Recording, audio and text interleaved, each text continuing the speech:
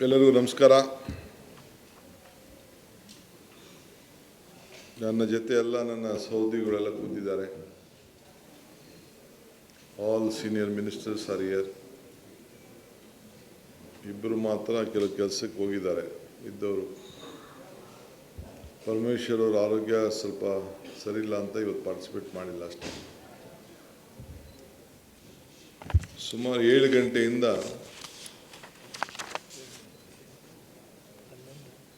ಅಂದರೆ 7 ಗಂಟೆಗಳ ಕಾಲ 10:15 ಶುರು ಮಾಡಿ ಈಗ 10 ನಿಮಿಷ ಮುಂದೆ ಈ ಸಭೆನ ಅಂತ್ಯ ಮಾಡಿದ್ದೇನೆ. DC, SP, CO, DFO ಅವ್ರ ಜೊತೆಗೆ ಎಲ್ಲ ನಮ್ಮ ಸರ್ಕಾರದ ಹಿರಿಯ ಅಧಿಕಾರಿಗಳು ಯಾರು ನಮ್ಮ ಸೆಕ್ರೆಟರಿಯೇಟಲ್ಲಿದ್ದಾರೆ, ಆಡಳಿತ ವ್ಯವಸ್ಥೆಯಲ್ಲಿ ಯಾರು ಭಾಗಿಯಾಗ್ತಾರೆ ಅವರೆಲ್ಲರೂ ಕರೆದು ಮೊದಲ ಸಭೆಯನ್ನು ಮಾಡಿದ್ದೇವೆ. ನಮ್ಮೆಲ್ಲರದು ಕೂಡ ಒಂದೇ ತಂಡ, ಟೀಮ್ ಕರ್ನಾಟಕ ಆಗಿ ಕೆಲಸ ಮಾಡೋಣ ಅಂಥೇಳಿ ಎಲ್ಲರೂ ಕೂಡ ಮನವಿಯನ್ನು ಮಾಡಿದ್ದೇನೆ. ಜನ ನಮ್ಮ ಮೇಲೆ ಭಾಳ ನಿರೀಕ್ಷೆಯನ್ನು ಮಾಡಿದ್ದಾರೆ. ಸಾರ್ವಜನಿಕರ ಯಾರೇ ಆಗಲಿ ಸಾರ್ವಜನಿಕರು ಅವರ ಸಮಸ್ಯೆಯಿಂದನೇ ನಮ್ಮ ಹತ್ರಕ್ಕೆ ಬರ್ತಾರೆ. ಸಮಸ್ಯೆ ಇಲ್ಲಾಂದರೆ ಯಾರು DC ಆಫೀಸ್ಗಾಗಲಿ, ಸೆಕ್ರೆಟ್ರಿಯೇಟ್ಗಾಗಲಿ, ತಾಲೂಕು ಆಫೀಸ್ಗಾಗಲಿ, ವಿಲೇಜ್ ಅಕೌಂಟೆಂಟ್ ಆಗಲಿ, PDO ಆಫೀಸ್ಗಾಗಲಿ ಬರೋದಿಲ್ಲ. ಬಂದಂಥವ್ರಿಗೆ ಸ್ಪಂದಿಸಬೇಕು, ಪಾಸಿಟಿವ್ ಆಗಿ ಸಮಸ್ಯೆನ ಬಗೆಹರಿಸಬೇಕು. ಇದನ್ನು ಮಾರ್ಗದರ್ಶನವನ್ನು ಕೊಟ್ಟಿದ್ದೇನೆ. ಎಲ್ಲ ಅಧಿಕಾರಿಗಳು 10 ಗಂಟೆಗೆ ಅವರ ಕಚೇರಿಗೆ ಹಾಜರಾಗಬೇಕು. ಎಲ್ಲೇ ಡಿಸ್ಟಿಕ್ ಹೆಡ್ ಕ್ವಾರ್ಟರ್ಸಲ್ಲಿ ಅವರು ಹಾಜರಾದ ತಕ್ಷಣ, ಅವ್ರ ರಿಪೋರ್ಟ್ ಆದ ತಕ್ಷಣ, ಅವರು ತಮ್ಮನ್ನು ಪ್ರೆಸೆಂಟ್ ಮಾಡಿದ ತಕ್ಷಣ ಇಲ್ಲಿ ನಮ್ಮ ಚೀಫ್ ಸೆಕ್ರೆಟ್ರಿ, ಅಲ್ಲಿ ನಮ್ಮ ಅಡ್ಮಿನಿಸ್ಟ್ರೇಷನ್ ನೋಡುವಂಥ ಸೆಕ್ರೆಟ್ರಿ ಯಾರಿರ್ತಾರೆ ಅವ್ರಿಗೆ ಮೆಸೇಜು ಬರಬೇಕು. ಅವ್ರಿಗೇನು GPS ಇಟ್ಕೊಂಡಿರ್ತಾರೆ ಅಲ್ಲಿಂದನೇ ಎಲ್ಲಿಂದ ಅವರು ತಮ್ಮ ಹಾಕ್ತಾರೆ ಅಲ್ಲಿಂದನೇ ಈಗೆಲ್ಲರೂ ಕೂಡ ಟೆಕ್ನಾಲಜಿ ಅಷ್ಟು ಬೆಳೆದಿದೆ. ಅದನ್ನು ಅವ್ರಿಗೆಲ್ಲರೂ ಕೂಡ ಮಾರ್ಗದರ್ಶನವನ್ನು ಕೊಟ್ಟಿದ್ದೇನೆ.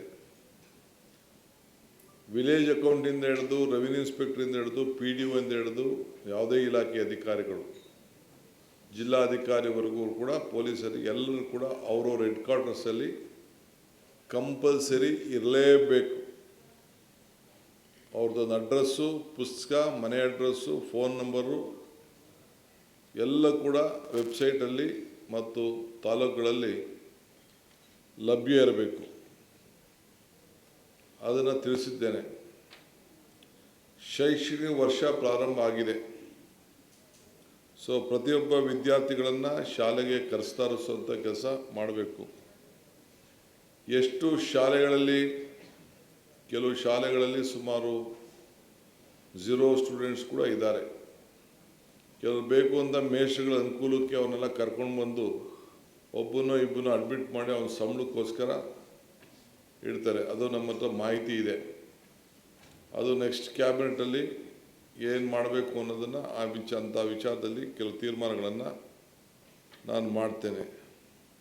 ವಿದ್ಯಾರ್ಥಿಗಳ ಸಮವಸ್ತು, ಪಠ್ಯಪುಸ್ತಕ ಮತ್ತು ಶೂಸು ಯಾವುದೇ ಇದು ಕೂಡ ಕಂಪಲ್ಸರಿ ಒಂದು ತಿಂಗಳೊಳಗಡೆ ಎಲ್ಲರೂ ಕೂಡ ತಪ್ಪಿಸೋಂಥ ಕೆಲಸವನ್ನು ಮಾಡಬೇಕು. ಮಳೆ ಪ್ರಾರಂಭ ಆಗ್ತಾಯಿದೆ.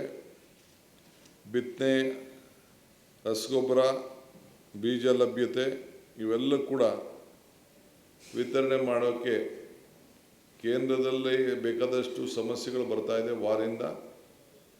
ಅದು ಕೂಡ ಜನ ಭಾಳ ಹುಷಾರಾಗಿ ಇದನ್ನು ಹ್ಯಾಂಡಲ್ ಮಾಡಬೇಕು ಅಂತ ನಾನು ತಿಳಿಸಿದ್ದೇನೆ. ಜೊತೆಗೆ ಲಾ ನೀನಾ ಗ್ಲೋಬಲ್ ವಾರ್ಮಿಂಗ್ ಇಲ್ಲಿ ಉಂಟಾಗೋಂಥ ದೊಡ್ಡ ಸಾಧ್ಯತೆ ಇದೆ.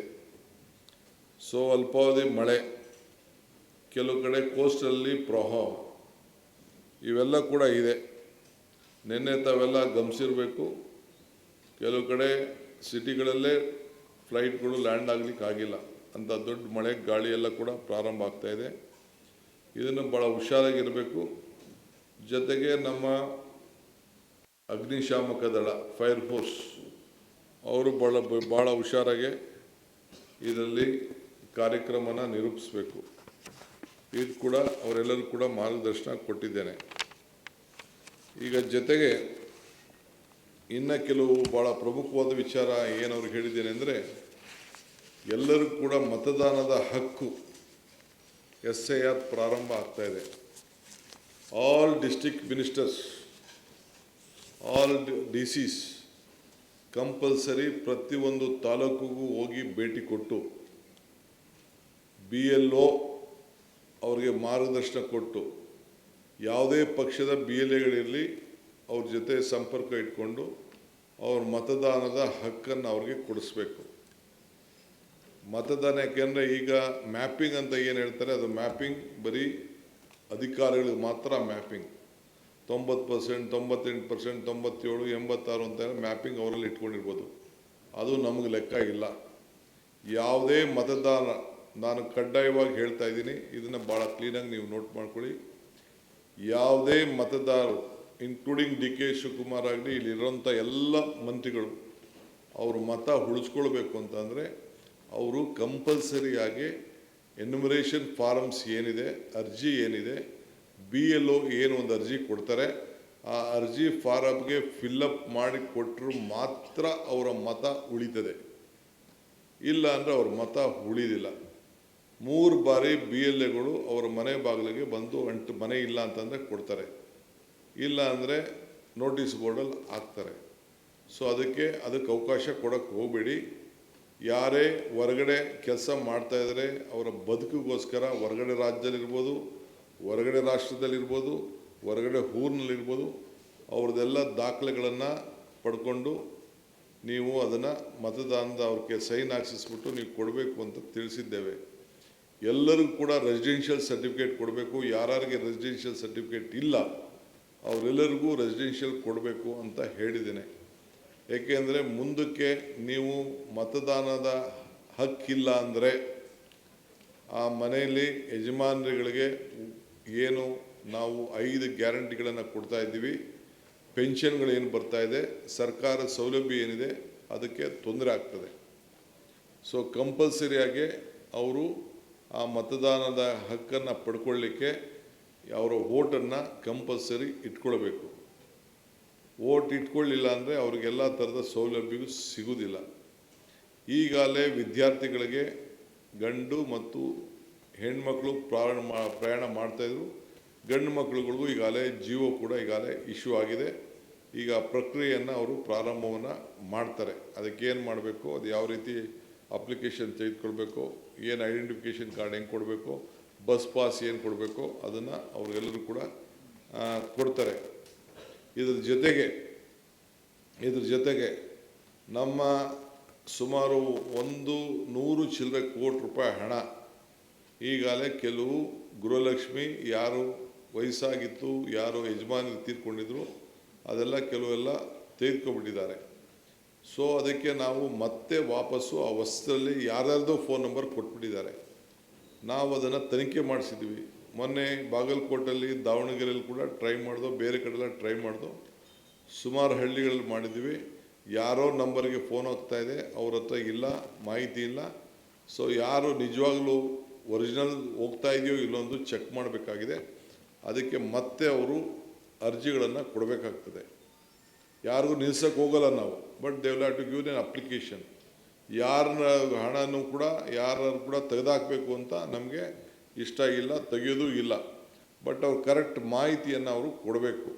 ಯಾವ ಬ್ಯಾಂಕಲ್ಲಿ ತೆಗೆದುಕೊಳ್ತಾ ಇದ್ದೀವಿ, ನಮ್ಮ ಕರ್ನಾಟಕದ ಬ್ಯಾಂಕ್ ಹೋಗ್ತಾ ಇದೆಯಾ, ಹೊರಗಡೆ ರಾಜ್ಯಕ್ಕೆ ಹಣ ಹೋಗ್ತಾ ಇದೆಯಾ, ಇಲ್ಲ ಅವ್ರೇನಾದ್ರು ಈ ಪೋಜಿ ಸ್ಕೀಮ್ಗಳಲ್ಲಿ ಯಾರು ಸಣ್ಣ ಲಂಚಕ್ಕೋ ಇಲ್ಲಾಂದರೆ ಯಾವುದಾದ್ರು ಒಂದು